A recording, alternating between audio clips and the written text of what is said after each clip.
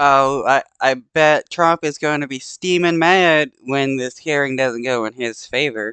Former President Trump continued his attacks on special counsel Jack Smith during a rally in New Hampshire yesterday. And this is despite prosecutors pushing for a protective order limiting what Trump can say about the case against him. A judge has set a hearing for this Friday regarding that protective order. Overseeing this case is U.S. District Judge Tanya Chutkin, who was randomly assigned to the case following Trump's indictment last week.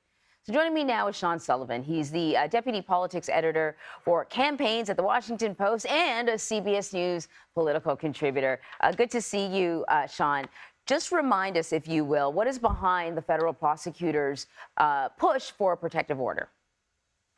Yeah, good morning. So here's where we stand in the case right now. Prosecutors want to move ahead swiftly in this process. They want to move toward a trial date. They don't want to delay. And so, as part of that, they want to be able to share the evidence that is at the center of this case with the defense so that we can move ahead with this process so that it doesn't delay. But what they have said is that they are concerned that if they do that, the former president might share some of that publicly because he has a history of using his social media accounts to attack prosecutors, to attack political opponents, to attack critics.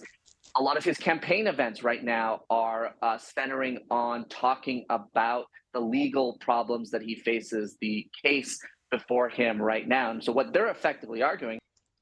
Yeah, Trump definitely would blab about any information that he was given, just so that he could try to affect the case in his favor. The prosecution is that, okay, if we're going to go ahead and we're going to move forward with this process and share this evidence, we want assurances that the former president is not going to disclose that stuff publicly. They say that they're concerned that that could have a chilling effect, that could, potentially ruin this process or damage it in a way that would be detrimental to the case. That's what they're seeking right now. So it's a little bit of a conundrum, though, because yes, he is a criminal defendant, but he's also currently running for office, running to become the president again. In fact, he's the lead candidate for the GOP, and you run the risk of muzzling someone.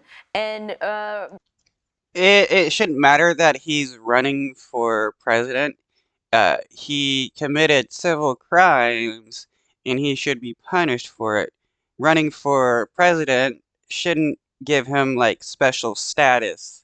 I guess diminishing his ability to be competitive in the face of other people who would like the job as well. Can you talk to me about? I mean, if anybody else committed crimes, they can't tell the judge, well, judge, I'm applying for this job, so I can't go to my trial on this date because that's when I go to work or that's when my interview is going on. So we just can't try me anymore. That's not how it works. Trump's lawyers' argument against this? Yeah, we really are in uncharted waters, both legally, for the reasons you point out, and also politically, because we haven't seen a candidate or let alone a former president be in a situation like this. So the argument that we're hearing from Trump's lawyers is, look, this is too broad. This goes too far. You are now infringing on free speech. You are now infringing on his First Amendment rights. This order that Nobody has the First Amendment right to take over the government and advocate for your base to take over the government. That's nobody's right, really. the prosecution is seeking is just goes too far. That is the argument that we're hearing from the Trump lawyers right now, and that's the big decision point. That's the other fork in the road now in this case is where will the court come down on this question of whether the prosecution is within its bounds legally to seek this protective order, or whether Trump's lawyers have a point here that, look, this is too far. This is, going above and beyond what's needed, and it violates its First Amendment. And so, really quickly, just to bring us up to speed on all the other sort of things going on, at least one other thing, Donald Trump said Tuesday that he should have 4 indictments by this time next week.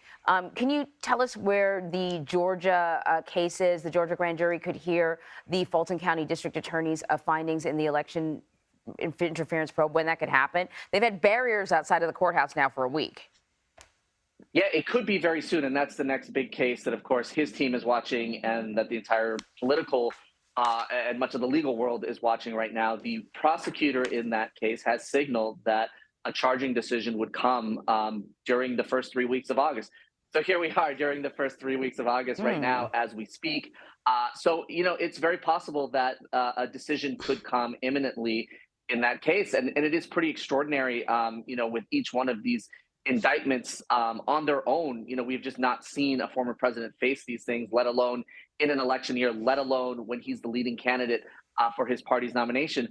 But to have yet another potentially serious charge facing him just adds a whole nother layer, both legally and politically, to what he is facing. It adds a whole nother layer to this entire election cycle.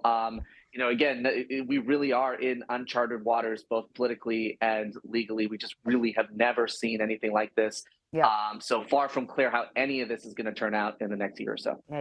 We just need to make a constitutional amendment that if you're indicted for, stealing documents and a bunch of other federally, high criminal cases, you're not running for president